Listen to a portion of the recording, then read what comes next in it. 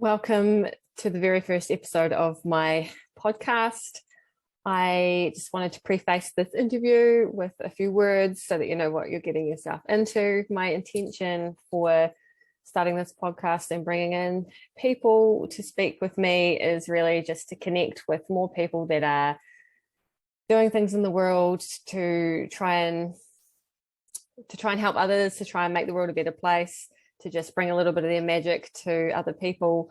And I hope that by bringing this podcast to life, that the people that find it will find people that can then help them or help someone that they know, or that the words can just inspire you in some way. There's really no real format that I'm going to be carefully following, and it will change and evolve as it goes.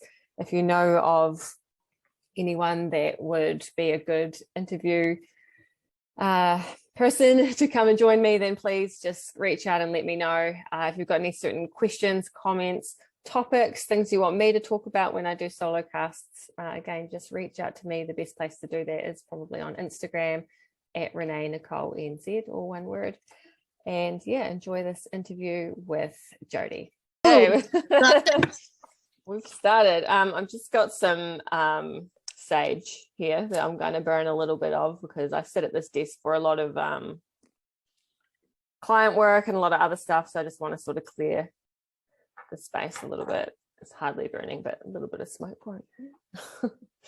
This is like out of my garden, homemade. Oh really? Yeah, picked That's my own sage. I've got my own little herb garden, and I have a like interesting sort of relationship with herbs and things, but I'm growing that, sort of the idea. Yeah. Anyway, this is the first my first podcast episode. Don't even have a name for the podcast yet, but you'll see that, people that are watching or listening, once it's posted. I'm a big proponent of taking messy action now, and I never used to do that, and I know that we can talk about it more soon with Jodi, but I know that you do that a bit too.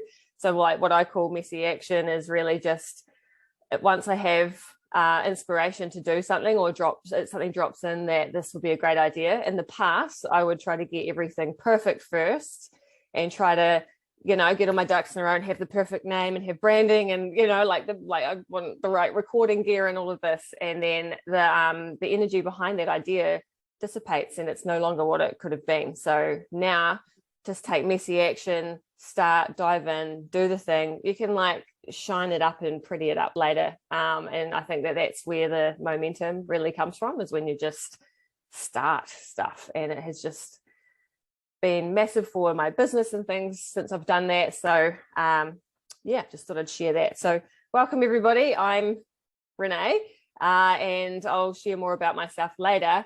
But I just want to bring in Jodi, who we have here, and welcome you to my very first episode. So thank you for agreeing to come and speak with me. Very cool to be here. Yeah, thanks for coming. Jodi is she's a dear friend of mine. We have known each other for over a decade. Jodi is, and you can explain exactly what you call yourself in the professional world, but I see Jodi as a coach. She's also really deeply connected spiritually and gives people a lot of guidance that way. She's actually a trained counselor and also a personal trainer. So she has a lot of like real solid skill base that she pulls from, but now she's running her own business and connecting with people in a way that feels right for her, rather than having to fit into the box of what a counselor should be or a personal trainer should be or this should be. So that's my little summation of what I see happening for you. Welcome. Please explain a little more about what it is you're currently doing, and then soon we'll go into a bit more of your story. Okay, all right, well, thanks for having me here. I think I love how you said that I kind of moved away from counseling to be kind of like out of the box, and I think it's really cool you acknowledge that, because it's something that I was like just thinking of earlier myself. And yesterday I was having a conversation with a old friend actually who was like, oh, you're not doing counseling anymore. And I was like, no, because I actually more want to connect with people who are like my people. And she's actually in a business herself where she's moved away from kind of what she was doing so that she can connect more with her people. And I think that's something that's big, is that, like, my thing is about that we need to be ourselves and be ourselves unapologetically. And when we do that, we attract our people, and that's when we're most ourselves, and that's when we attract people who are us and who are like, you know, like who we connect with, I guess, more on a soul level. And I think that's important because, like, I've got clients at the moment, and mostly who I work with are women in business, and conversations recently have been around the clients who are kind of not working, and who are making their job harder, and then it puts them off even working with other people because they're feeling so pulled down by these people that kind of aren't their people. And so, and working away at that, we've kind of, you know, it's helping them to realize that how important it is to be ourselves and attract people who are us. And I think as a counselor, it was kind of like, you know, you sort of take on kind of almost whoever sometimes, and that's kind of not what I wanted to do, or where it just doesn't feel natural. It doesn't feel as much like it's in flow. And I feel like now that I'm doing my own thing, which, you know, sometimes I call myself a life coach, sometimes it's empowerment coach, whatever, just coach. Doesn't really matter to me, but my thing is about empowering people. And I just try and draw from everything I've learned as a counselor. Like, I love my counseling journey that I had because it gave me all the skills that I can draw from and use to help people. But I draw from everything. I draw from my own life experiences. I draw from, you know, what I've learned in all my previous jobs and life and parenting and all that sort of stuff. So, and I don't think there's kind of one size fits all. And I just think that I just want to be me and show people me. And if people are drawn to my energy and drawn to me, then it just works. And all my clients at the moment, if I was all around New Zealand, if I was in their town, I would happily be like, hey, let's catch up, let's have a coffee, what are you doing? Like they're actually my people. They're your people. I love that. And I'm not doing anything wrong. I'm not working outside a code of ethics or anything. I'm just being me. No, exactly. And that code of ethics, like, it's there for a reason, and there is a whole system that's around and that. But what I loved, and that I just about said the same word as you when you said it, but like being in flow. So you get to be in flow when you connect with your people. You put out to the universe what your intention is and what the sort of guidance you want to be giving, and then those people that need that come to you, and then you're already moving in the same direction, right? Because you've done that. And I just think I'm just feeling like collectively there is this call to authenticity for everybody in business and how they live their life, and and the more we're not doing that, the more it's just unhealthy in so many ways. You know, we get so I can just see it happening with so many people. And so, like, it's just awesome to see all these people going out there and creating things that are just right for them and that feel right for them and in the flow, and are willing to pivot when that feeling changes, and then keep bringing in the people that want your medicine, you know. And I think, like, it's interesting in the conversations I've been having with clients lately, because just realizing that when they're actually giving up the people that aren't right for them, they actually have more of what comes in that is. So the more you kind of, it's like, let go of making that space. It's kind of like when you go out, it's like when you kind of go out and really look for it, and then you get it, it kind of ends up not being what you kind of wanted or that bit. So it's kind of, and that's why I think it's just so important to just be yourself and kind of put yourself out there. Then you're just going to attract people that are you, and it's kind of just going to work. That's what I noticed. I've had similar conversations lately, and what I'm hearing is when you try to make things come into place the way you think they should be, and you go and look for it, like you're saying, what we end up doing is we get a little bit in our heads about it, and we have this whole ego-driven cognitive idea of how things should be, and that is actually not soul aligned. And that's why when you go and find the thing, you're like, fuck, this isn't even the thing, you know, because you got also caught up in stuff that's not really not really aligned. So and I notice, like, when I get more focused in the business side of things, like really got to make the money or got to do this, and I'm letting go of actually, I want to do this work and I want to attract people and I just want to be in abundance and I find that, just that going out and trying to make it happen too much, it just doesn't work.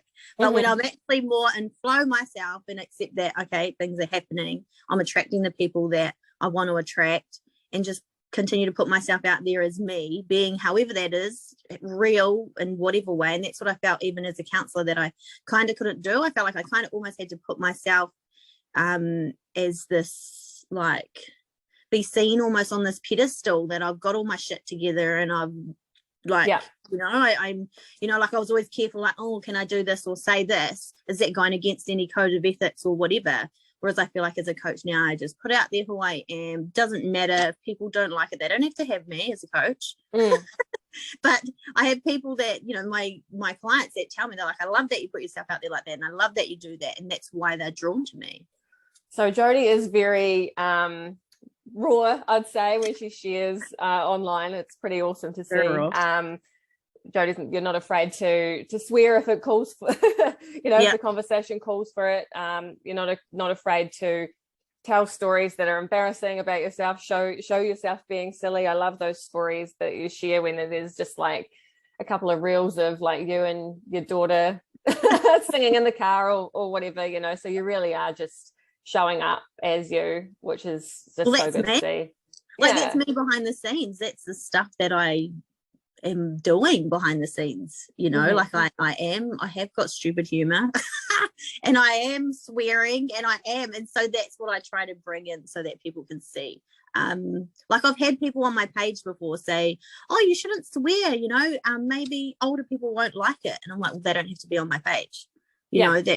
And if they're like, I remember even as a counselor and sometimes even as a coach, well, probably not so much now because people know I swear, but, when someone would swear and I'd be like, oh, I'm so sorry, I swore, and I'll be like, go for it. Like, do myself, like, let it out. And I feel as though if that's their language that they speak in at home or wherever they are being themselves, I want them to come into a session and frickin' swear their ass off if they need to. Yes, because then they're being authentic. Otherwise they're sitting there holding back all this, oh, what do I say instead? And it's like, no, just be yourself, and that's what's gonna help them the most.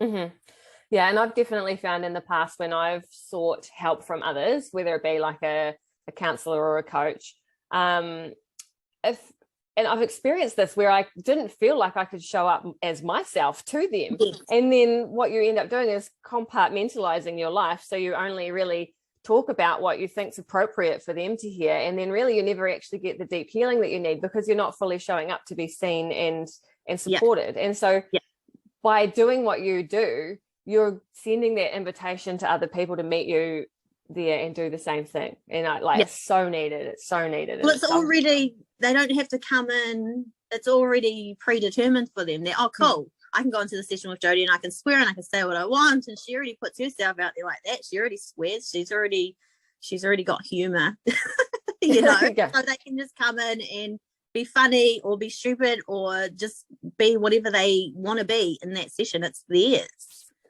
Yeah. And so later towards the end, I mean, we will link people to all the ways to find you, but we've talked a bit about Instagram and Facebook. So can you just let us know what your handles are there in case somebody wants to be searching that up while they're watching or listening? Instagram is Jodi Fitzwater Coaching, and on Facebook it's Jodi Fitzwater, and then my website is www.jodifitzwater.co.nz. Cool. All right. So that'll be all in show notes. And Instagram, that's all one word, isn't it? Jodi Fitzwater Coaching. No extra bits in between. Don't think so. Yeah, I mainly see your business stuff on Instagram because that's sort of the platform that I use a lot more of, but I think you're pretty active as well on Facebook, are you? Or yeah, I am, and I probably share a lot more on Facebook, and I feel like my community is mostly built up on there. I probably get majority of my clients through there. Most of my followers are there, but it's probably that's where I started a few years ago, so I've kind of just stuck with that more. Sort of. that for Yeah, but I do, like, when I share on Instagram for my stories and things, and my posts, sometimes they go through to Facebook, but then there is extra that I put on Facebook. So, and my lives, I only do lives on Facebook. I don't really do them on Instagram. Maybe I should, but like doing my card pulls and things like that is mostly Facebook. So that's probably more where I've built up my community and talked to a lot more people and that kind of thing. And like I noticed recently, because I had some stuff happen in my life where someone was going on my page and it was feeling really uncomfortable, and I actually pulled back and I deleted everything off my Facebook, and I thought, oh, I'll just put things in a group now so I can keep my life a bit more private. And then when I'd done that, it was probably about a week or so later that I realized, I was like, oh my gosh, like it's actually felt more shit, like not being myself online, and like my community is not there as much. And so and I'd stopped doing my lives, and then I actually went and done one just a couple of days ago and sort of spoke about things, and I actually ended up in like crying on there. But I thought, I don't care, I'm going to leave it there. And I was just telling people that, you know, like even I've realized again myself that when I stop being myself and putting myself out there as myself and try and hide myself away from being me to kind of not please someone else, I was trying to put boundaries in place, but I realized that those boundaries were too much for me to put in place. Restrictive, restricting me from being myself and my business and stuff like that. And so I thought, nah, again, like if there's someone out there that doesn't like me for being me, I can't help that. I need to focus more on all the people that love me for being me. So I love that you're sharing that, because people that are watching or listening, they, you know, they can see that even someone that does this so well and is fully authentic, we have our days where we're like, oh my God, I don't want this person to see this stuff, and I need to, you know, edit myself so that I'm not, you know, having negative experiences, or I'm not being judged, or whatever. We all experience it, and if it means, you know, going to the lengths of deleting a whole lot of amazing content and then being like, shit, okay, but then just, you know, giving yourself some grace and recognizing that was again just another thing you had to go through, and then. And every time you do that, it reinforces, I need to go back to my authenticity. This is where I'm in my power, right? Yes. And it's just, and it's being real. And that's why I like to put myself out there being real too, is because I guess like I've done a lot of work on myself, and people can see that I've gone and done a lot of work, you know, through counseling or whatever, and then through becoming a counselor and all that sort of stuff. And it's just showing people that we can do all this work on ourselves and we can become somebody, but we can still have bad days, and we can, like, just because I'm a coach and a counselor doesn't mean I don't have my bad days, or doesn't mean I don't fall off the wagon, or I don't, you know, like we're all constantly evolving. And it's not linear, it's not straightforward, it doesn't just go in a straight line. We still have our days where we might feel insecure or shit as well, but maybe we don't hang on as much sometimes, or you know, but it's just showing people that it doesn't matter who we are, so you know, others can kind of see that, oh, you know, it's not like we just get to a point and then we are 100% great and that's it. Even though other people make it look that way. There's a lot of, just even though it can look that way from the outside looking in, like especially with social media, people give this sort of impression that they've got all this shit together and everything is perfect, and then we even though we know, like on some level we know that that's not really possible, we sort of download that that's what's happening for other people, and then we feel like there's something wrong with us, and that can just be subconsciously something that we download. You can even not realize we have this awareness that, you know, we're believing that we should be this certain way, and that can be like the way we show up or the way we look, or you know, all sorts of stuff. And that's why I try to be, I don't want to be that person. I don't want to show people that I'm just, my life's perfect, or that I don't have issues too at times, or that I don't have my own stuff or whatever. Cool. I would love to help people know part of the journey that brought you to this place. So you're speaking about, like, as a coach, that you are bringing all of your life experience in to help people. So maybe we could take a whole big step back and just start back at childhood. We don't need to go we can go as deep as you want in each little chapter, and we can go as wide as you want in others, just whatever sort of comes up. But I'd love to paint a picture of the person that you are and where you came from. Well, it's interesting actually, because as you say this, it just makes me think of because like people on here won't know yet that we used to live together many years ago. For a little while, we did. And it's like 11 years ago now or something. And I actually remember at that point, is I remember driving down that same road we used to live on, and I remember thinking to myself, like, what am I doing?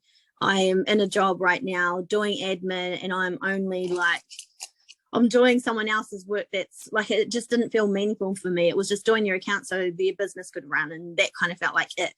And I thought I'd done some work, I'd done some study in counselling, but it didn't really work at the time for me. And I'd passed the papers, but I'd kind of walked away from it. Yeah. And thought, I need to work and to make ends meet and all that sort of stuff. And it just, wasn't working. But so I remember thinking, oh my gosh, like I've been through all these things, like I've been through like breakups and, affair stuff. I've lost my dad to suicide. I've raising my girl by myself, and like I've done all these things. I understand grief and loss and trauma and pain and all of this stuff. And I thought, why not use everything that I have to help other people and like kind of, and have more meaning in my work. So I just remember, that being a thought of mine. And I guess I think I must have been when I moved away from there. I'd just keep like looking into different things and what I could do, because the place that I'd studied at kind of didn't work for me. And then I'm not sure what happened, but eventually I just remember thinking, no, I'm just going to go back and finish it. But I think too, my girl was so young that it was like, how can I sort of make things work? And there was this place in Auckland, and eventually she was a bit older, and I thought, actually, like I wasn't happy in the job that I was at. And I thought, because again, it just wasn't enough, like I think, meaning in it for me. And so I remember thinking, there's that place in Auckland. My girl's older now. It could work. I could make it work. And so I remember ringing them up, and they were just like, yep, we could get you started next week. Yeah. Kind of thing. And I was like, lovely. Okay. But I think No, you're right. I get a real sense, and I was thinking about this earlier before our call as well, actually, about the time where we met and came together. And I think, I've even said it to you recently, it's almost like, it wasn't a mistake that we met each other, No. and that time it's sort of, I think we, without realizing, sort of catalyzed new pathways with each other, for each other. We sort of, that medicine of bringing a new person into your life for whatever reason, just they help you see things in new ways, or you start to feel like you've got other options that weren't options before. And while like I don't really feel like I have any responsibility for making a change for you or necessarily you for me, but that time where we came together was sort of like a point where a new crossroads opened up for each of us, and we actually started following those in the months afterwards. So it was kind of random how I ended up meeting Jodi. I will just explain, back then I was working in the dairy industry, so a couple of careers ago. And for anyone outside of New Zealand, Fonterra is like one of New Zealand's biggest companies. They bring in most of the money that this country makes, essentially. And I worked for a part of that company, and they had given me opportunities to go away and do further training. And I was living, New Zealand has two main islands, and I was living down in the South Island, and Jodi was up in the North Island near where the training was taking place. And deciding to do the training was sort of like a one of those first times where I like had a really cool opportunity come my way and just like ran at it. Maybe not one of the first times, but one of the more powerful ones. And I had to move away for a couple of months to make that happen, and to go move to this new town. And so that was all, out in my comfort zone sort of stuff. And I could just remember one night, I might have actually been at work, and I was Googling how to find somewhere to live for a couple of months in another part of the country. And I don't even remember what website it was. It was something really obscure, but it might not have like even roommates or something. Yeah, something it I've was never a heard of random before. website. It was actually really random. Yeah, I was like, is this even legit? But I found you, and I was like, cool, someone close to my age, although also a solo parent. Actually, no, back then I wasn't a solo parent, but like we had just whatever happened, we brought ourselves together, and I just came and lived at Jodi's house for a couple of months while I studied. And yeah, we became buddies. Yeah. It's quite cool how it happened, because I even remember thinking, oh my gosh, like I kind of need help with my rent, like I'm in this big house and what can I do to help myself? And I thought, actually, I'm just going to have to get people, and there's like no other way around this almost. And so I was like, oh yeah, I'll put, I'll have a look on this website, whatever it was. And then there was you guys, and I just remember thinking, oh my gosh, like, is this going to be all right, like getting these random people into my house? Yeah, because I brought my partner at the time, Logan, your dog and stuff, and my dog. Yeah, can I bring my dog? Okay. But I remember thinking like, oh well, like, she's doing something good for herself, you worked at Fonterra, you're trying to better yourself with study and all that kind of stuff. And so I thought, so you knew I wasn't going to come up and be drinking bourbons on the back deck every day. Probably wouldn't have minded if you did, but but so I remember, and I remember when you guys got there, and I just thought straight away, I was like, oh, these guys are crazy ass. Like I could just feel the vibe straight away from you both. And and just the help that I had, like just with stuff around the house and stuff. I just remember thinking, oh my gosh, like I'm actually having help, like with things. So it was good. One of the beautiful moments that we had when we were living together, and you'll probably know what I'm going to say, was that time I was sitting down. I don't really play guitar. I tried. I had a guitar with me. I thought you done well. And I was strumming A Horse With No Name, right? That's the song? Yes. And maybe you could share why that song is meaningful to you. You heard me playing it and got goosebumps, obviously.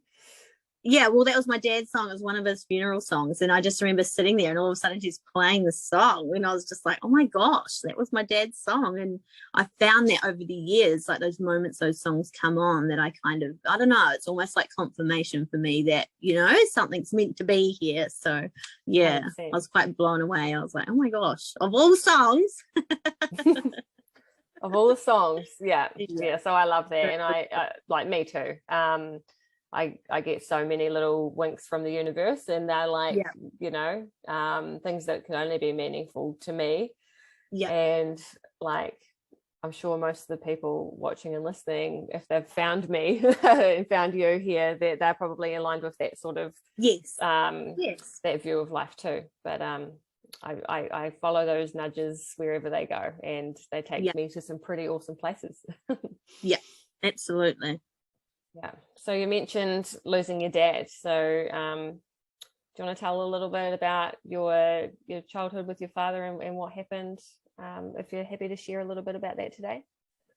So I think that my dad's probably a lot of, like, I mean, he's I am who I am, I believe, because of him. Like without him, I wouldn't be me.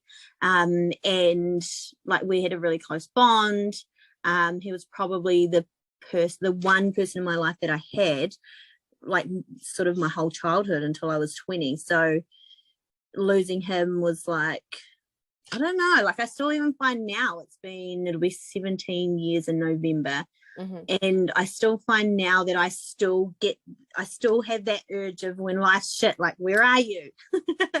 Or when things, but I feel like he was somebody who, he didn't have strong boundaries. He didn't have a lot of like self-belief and those kinds of things. And he did struggle a lot. And as much as he struggled, he wasn't somebody who brought me down. Whereas I find that sometimes there's people out there who have massive insecurities and massive things within their lives or whatever, and they can kind of grip onto other people. Or like try and bring other people down because of it. Because of how they feel. But I feel like my dad didn't do that. He was somebody that pushed into me, that he like believed in me, and I always felt like he did. And like he obviously wasn't perfect, and there were things that I mean, I'm not a perfect parent either, and none of us are ever gonna be, but like, I guess fundamentally, or however you could say that, he was my person, and he was I guess someone who believed in me and gave me, I guess like as a kid I felt quite bulletproof too, like I felt like I could kind of do anything because my dad's got my back. And so, but I don't think I knew that until he'd gone. So it's like I felt really protected by him and all of those things. but yeah, I had no idea that I had that. And then when he wasn't there anymore, it was like, oh my gosh, like how do I kind of proceed with life without him, because he was always like my backing. And I think I've found, but then I learned so much from him. Like I learned that we need to establish boundaries, we need to work on ourselves if we're, you know, and the only way to do that is to do that for ourselves. And I guess I kind of look at the things that he kind of couldn't do for him, and I've tried to go out and do that for me, and then I guess help others to kind of do the same for themselves as well. So I feel, but I guess I used to have this thing though where I felt like, and I guess that's my counseling kind of a thing, was I just had to help anyone, and anyone that came to me I had to work with them and help them. And that's where I've kind of, I guess it is where I've established my own boundaries and things like that, and my own self-belief and stuff, into moving more into, I don't have to help everybody. I can put myself out there, and I can put my book out there, and I can put all these things out there, and that can go to everybody, but I don't have to work with everyone. I can work with who feels more in line with me. And yeah, so I think just bringing up Jodi's book. The book. Yeah, and there's more than one, right? So you've written a couple of books? Published 2, yeah. But I haven't published any more of the second book, and I don't know if I will of this book either. Yeah, but I mean, there's about 200 copies that have gone out now, so yeah, and it's probably been more of a success in a way than I thought it would be. But yeah, so, but I feel as though, again, that's been my thing of, like, I had so much fear around publishing my book, and I wrote it, and then I stopped, and every time I'd move away from it, I'd have something like on the radio saying, oh, I've just published this book and how people loved it and all, and I'm like, damn it, like every time I try and walk away from it, it's like, no, get back to it. But I had to do coaching myself to get over this fear of being seen. And I was like, what are people going to think of me? How's this going to go? And so there was so much I've had to work through myself to get to that point, to putting it out there. And I think my thing with the book is, even though it is about particular people in my life, and there's part of me that still feels a bit guilty for it, I guess, but I keep always trying to go back to, that's my truth and that's my story. And even if that doesn't resonate for that person, or that person doesn't feel it's the truth, like who I'm talking about, it's mine, and I deserve to be able to honor that, I guess. So yes. Yeah, and it is another whole level of being seen, isn't it? A book. Yeah. I can't remember who I was discussing this with just this week, but you know, there are these layers of being seen. There's like showing up with someone in person.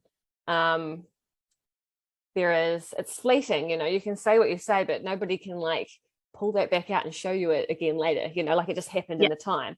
And then we have social media where we are posting stories and posts and reels and things where it's a little more, it's not permanent, but it's retrievable, right? So someone can watch it 10 times over. They can have a comment on it. People can have a discussion about this thing that you said, you know. So it's just a whole nother level. And I use it myself, social media. It's a real mirror for myself, because when I show up and I say, I believe this, and I want people to know that I've said this, and just knowing that it's sitting out there in the world for people to look at, and, you know, and then when my feelings shift slightly later, I'm like, people can still see that. And it's not really, it's not really in alignment with me, because I'm such a dynamic person, and who I was 3 months ago isn't who I am now. And so we have to have this comfort with, like, I put this out there and that's who I was at the time, and that's what I wanted to say, and I'm leaving that there. And it's empowering, but it's scary, but it's like growth work in itself. So like, you can use something so simple as social media to, like, for growth work. And then, so yeah, your book is another whole layer of that, because you're pouring your heart out, you're telling like a story in your own words. And yeah, somebody can look at that and read that again and again, and form their own thoughts over it, and you have no control over nothing, you know, what they think or feel about it. And I guess something that's happened recently is I've needed to contact my daughter's father, and that's somebody who I speak about in the book quite a lot. And yeah, has he read the book? He said that he did, to my daughter, I think, but I don't know if that's true or not. So I wouldn't know, but he doesn't want a bar of me, I think, because of it. I assume that's what he means. Yeah. And he said, no, whatever what you said about me, I'm not fucking blah, blah, blah, and hung up on me, whatever. So I didn't want to borrow me, but that's fine. And so now, you know, like I have to accept that I put that out there. Yeah. And that's how he feels, and that's fine. And part of me was like, oh my gosh, like do I feel bad, or what do I feel because I've done this? And what I come back to is that's my truth. Again, that's my truth. That is what happened. Just because I talk to you now and reach out to you now for our daughter's sake, all these years later, it doesn't change what happened for all those 18 years of her life. Yeah, it's exactly. like you've got a right to that story. That was your experience. And I think you were quite tactful, you know, like that you probably could have I didn't name a whole lot more stuff. Yeah. That's what I think too. And there's somebody who read it recently, and he said to me, you kept that really tame, eh? Because he knows, you know, a bit about my story now. And I said, yeah, I did. But there was a lot of stuff that I remember, like when I was doing my chapters and when I was getting closer to the end of it, I was like, I'm going to wipe all that part out, because there was so much I wanted to wipe out, because I guess I kind of had in mind, if anybody comes back to me in some ways or something happens, then I've kind of kept it as good as I can. Yeah, you got to protect yourself on some level. Yeah. And would you say just even the process of writing it, was it quite a healing process? Was there some sort of deep acknowledgement of anything that you hadn't really faced, or had you already sort of faced I think that's all of those stages? I think that's what was interesting was I remember years ago writing different things about, you know, what happened to me with certain people, and just feeling so broken for like a week on end or whatever, like my heart would really hurt. And then I remember, and then writing my book, and it was quite interesting because I'd kind of gone over like my whole story and in the process of it all and writing it. And I just remember actually being all right. Like it might have thrown me out a bit, I don't know, but I just remember, which was probably more of the fear of being seen of it all, I think, than anything else. But I remember thinking, oh, wow, I can actually write all of that and I'm still okay. And I think when a lot of people say to me, I want to write a book, and they'll, you know, and they might say what they want to write about. And and my thing is, I will generally say to somebody, oh, just be aware that that might really bring something up for you, so you may need support, or, you know, just be aware of it, because sometimes it can do. But yeah, I felt like I probably learned more through writing it how much I'd healed, I think. So I know people can't buy the book, but if they really want to, they might be able to email you and pester you. If you get hundreds of emails, maybe you can do another printing. But what are some of the, just so people know, what are some of the themes that you cover in the book and in your journey story? Well, I cover like narcissistic abuse, and that's what I kind of feel like I've been through from all the research and things that I've done. And it's kind of because I want to show other people that you can kind of go through this and you can get through it, and there are ways around it, but also to just show other people that to validate that what they're going through by being able to read my story. It's around my father's suicide and losing him, and then also parenting alone. So it's just, really my story that people can read that they may connect with. And like, I've had so many people come to me and be like, wow, like there's so much in your book that I can resonate with. And that's when I go, cool, like that's why I've written it. And like, I've had so many amazing reviews and so much good feedback.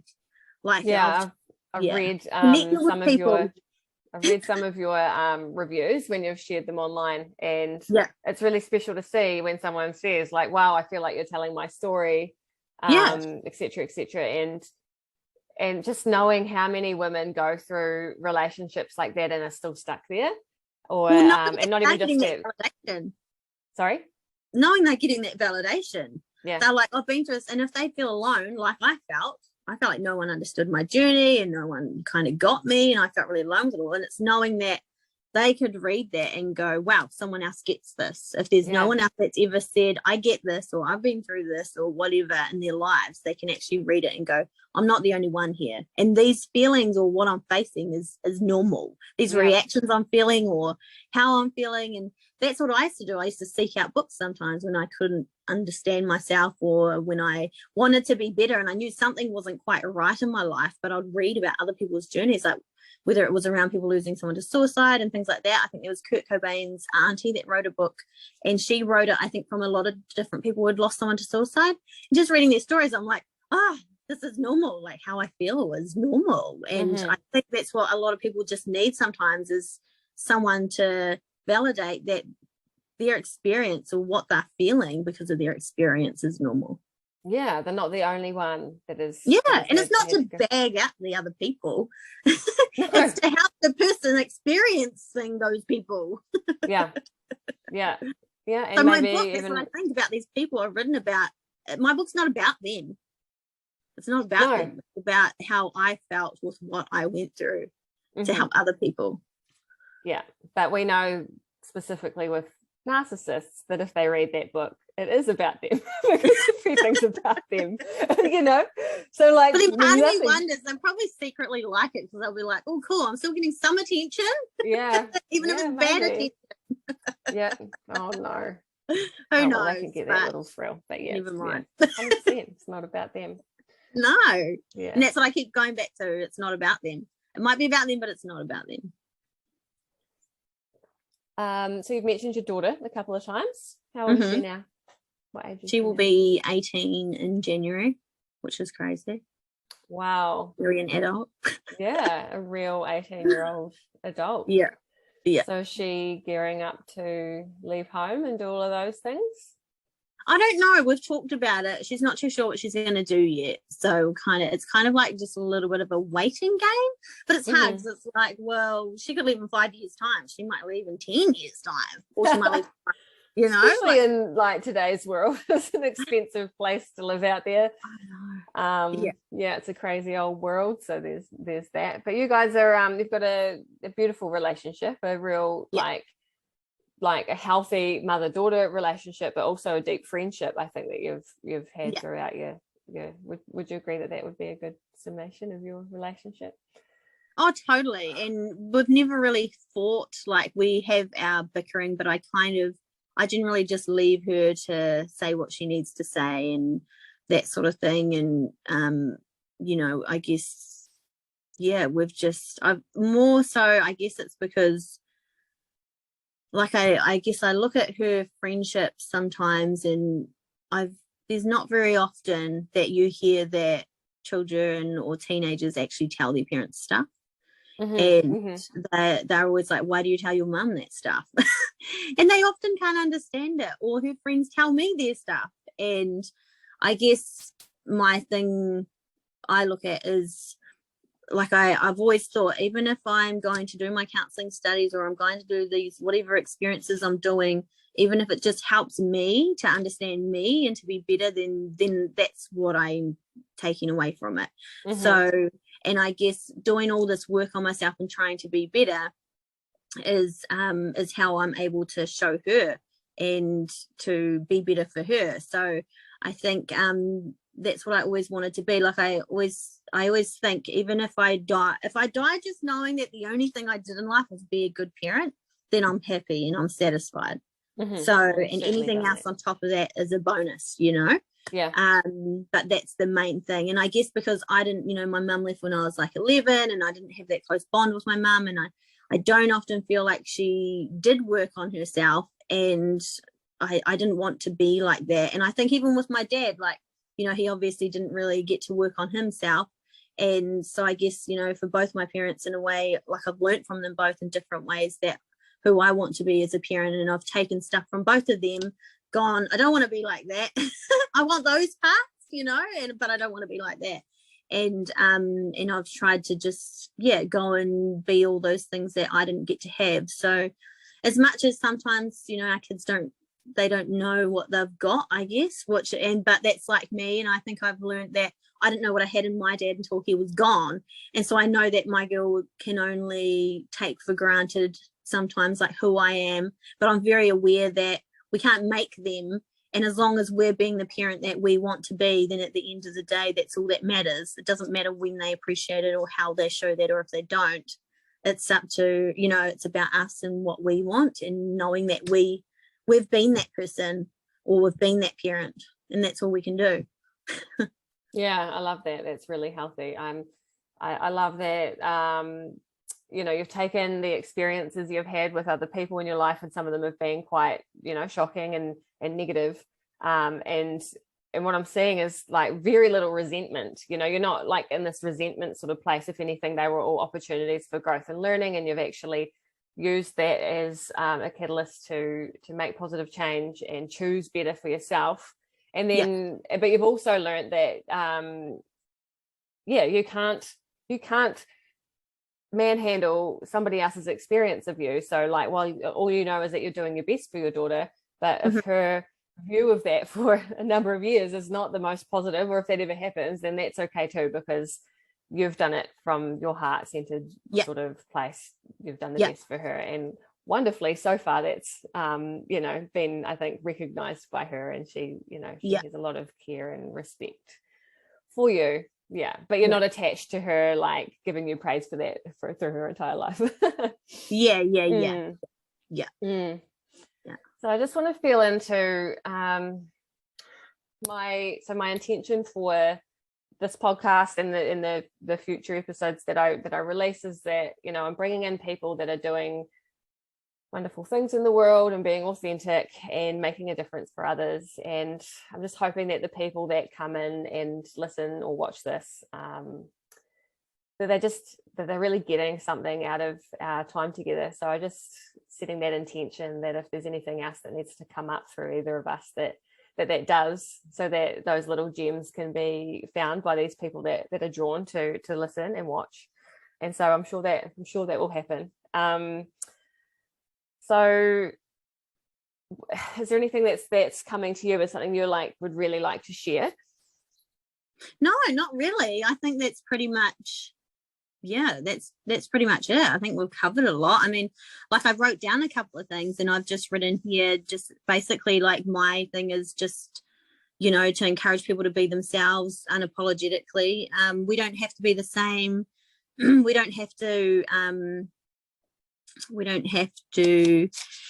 worry like what other people think of us, and I think and believe it's about attracting our tribe. And like if we're out there helping people, sometimes I think it's about attracting the people that are for us, the right people, and that's why, and to do that it's by being ourselves, and then I put my story is, you know, my truth, and by sharing our story, like no matter who's sharing their story, that's all we can do is share our truth and be ourselves. And it's not really about what anybody else thinks of us, I guess. It's just about putting ourselves, all we can do is put ourselves out there.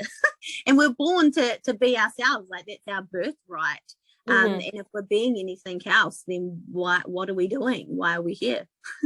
Yeah, I hear you. And I hope, if anything, that some of the people that listen to this or watch this get inspired to explore that a little more. And if they feel connected to you and your story and what you're offering, how can people find you if they would like to reach out and be a client or ask you something? Or just again, like through Instagram, which is Jodi Fitzwater Coaching, through Facebook, which is Jodi Fitzwater on my page, or my website, which is www.jodifitzwater.co.nz. Awesome. I've also seen on your website that you are also making it an option for people to book you to be a speaker. So you can come and be a speaker at somebody's event, whether it be corporate or some other sort of group thing. So that sounds like an exciting new sort of avenue to go down. Well, I thought I'd put it out there, and I thought, you know, maybe if somebody seen it, and if if the opportunity, like I don't think going to push it out there too much. I just put it there, and if someone comes to me or they think, oh wow, actually, like I want to do this thing, I know that Jodi will actually, could get up and speak, or even somebody who maybe wants to collab, or there's like retreats, or there's anything like that where they think I might have something to offer their audience, or or I don't know, like I'm just totally open to opportunities. Yeah. I love that you just mentioned retreats. Retreats is another thing that's been dropping in for me quite a bit lately. I'm like, maybe it's getting closer that time to facilitate some sort of gathering, and maybe we could collaborate. Yes, you never know. Yes, that has been an idea in the past. Yeah, it has been an idea in the past. I'll just share with people that are listening. So I am a practicing hypnotherapist and coach, and I just like connecting deeper and deeper every day with hypno and the awesome changes it's helping people make, and the way that I can operate now in so much more authenticity by bringing that into what I offer. And it's really exciting me with the interesting ways that I might be able to offer that in group settings and in person, because I mainly coach and provide hypnotherapy through Zoom. So like bringing people together, and that magic that happens when it's actually the people in the group that are bringing magic to each other, like it's never just me. And I think you'll know that too, that like what you're actually offering, it's never actually 100% just what you say or like anything that you've like cognitively come up with. It's actually just this whole container that you offer for change to happen. You're just making it possible for someone. You're like holding space for that new possibility. And so retreats would be wonderful. And a new friend of mine I was speaking with last night, she also mentioned retreats. So there's these little there's a few little, I've been looking for it lately too, actually. I've been talking about it and looking at places and stuff like that. So yeah, cool. Yeah. All right. Well, she'll talk some more. And coming back to those winks from the universe, just hearing little things like that, for me, that's a little like, okay, there's another way nudge, just like you're saying about the book when you weren't sure about putting your book out. And a similar little wink that I had with the same conversation last night with this person, that she said to me, do you have a podcast? Actually, no, have you thought about putting out a podcast? And I was like, really? I was like, how did you know? She's like, what? And I'm like, well, actually, tomorrow I'm recording my first episode. And she's like, wow. I wish I had a good explanation for that, but I don't. She just felt called to ask if I had thought about putting out a podcast. So it's just confirmation. Do it. Yeah. Gosh, when I heard that, I was like, there's no fucking way I'm not doing this now.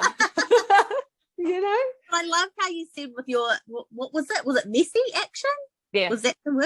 Yeah. And that's what I have learned. Like that's something that stuck out for me when you said that, is like now I will create groups or I will create things, and instead of like thinking, oh my gosh, it has to be perfect, it has to look perfect, I will actually put it out there first and then I'll do the work after. Like I'll say, like I'll put out doing this, who's interested?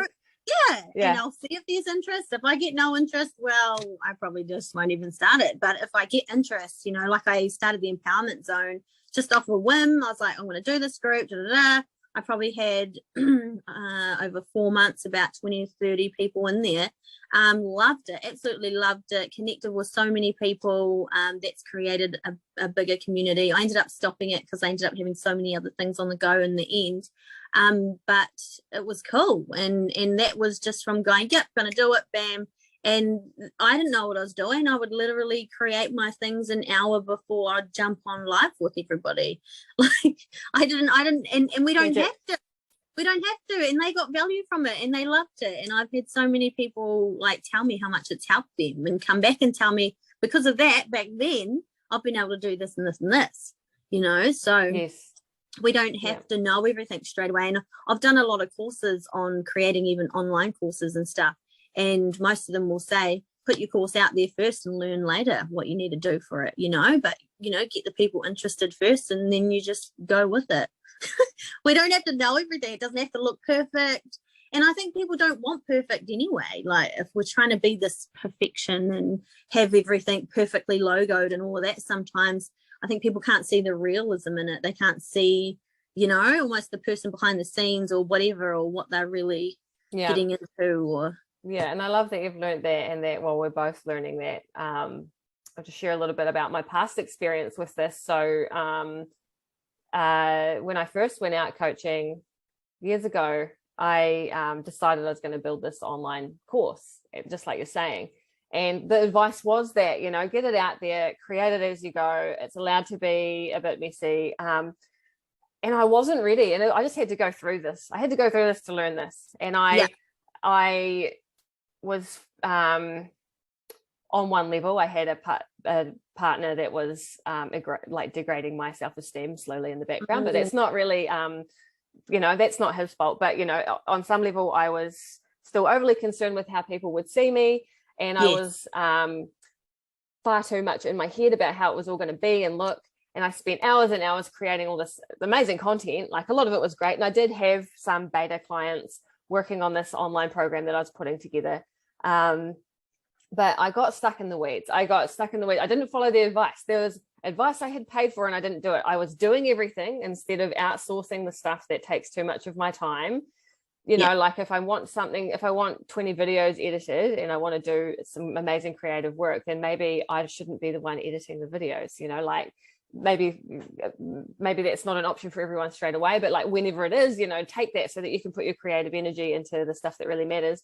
And then also, just properly put shit out there for people while you're making it, because what happened is the energy behind it all just it dwindled, it went away. The clear vision just slowly disintegrated, and so that opportunity was lost. But it was a huge learning opportunity for me, and you know, it means like now that I'm not scared to do things completely differently. I mean, in the end, I deleted all of that. I deleted that whole course. But you know, maybe it wasn't for everybody. Maybe that was for me. It was my process. Yes, exactly. That's what and that's what I'm picking up on from that process. You learned stuff from it. Maybe you didn't need to teach people anything. And it was and exactly. My whole energy of change work now is really far less about teaching people these things, and instead it's about giving people that, like I say, that holding that space for that opportunity for change to happen. And all those things that I know just get weaved into it, and the things that they already know, because people know so much stuff, they're just not harnessing it. And I like to give people that opportunity to like find new clarity for the stuff that they've already got, and it's just so much more aligned. So it sounds like we're both so much more in flow, so much more aligned. It's all magic stuff, so that's wonderful. Great. Okay, well, we can probably just about tie it up there, I think. Cool. Thanks for joining me today. I hope that maybe in future we could do this again and we can talk about some other stuff, because I know that there is, you've got a lot of stories and you are hilarious as well. We have a good laugh together time to time. So it'd be good to do that. I'm sure we can come up with some topics and things like that, or whatever. I mean, there might even be, I don't know if you can even put out there to other people, like if there's things that others would like you to talk about. You know what I mean? Like I'd even be happy if people had certain topics that you wanted to, or that they wanted to speak on, or something like that, and then we could talk about it. Doesn't matter what way we go with it, but I don't 100%. Know. That's just an idea. Putting that out there now. Great suggestion. So this will be posted on various platforms. I'm imagining YouTube, Spotify, Apple Podcasts. We'll see what else. So, and whatever means you can, send in comments, adding your comments to this podcast and letting me know what else you'd like to hear us talk about, any other guests you'd like me to bring on, and other future podcast suggestions would be much appreciated. I'll put all the details for how to find me and my hypnotherapy and my Instagram, which is at Renee Nicole NZ. And so thanks everybody. Cool. Thanks for having me here, Renee. Beautiful. Thanks, Jodi.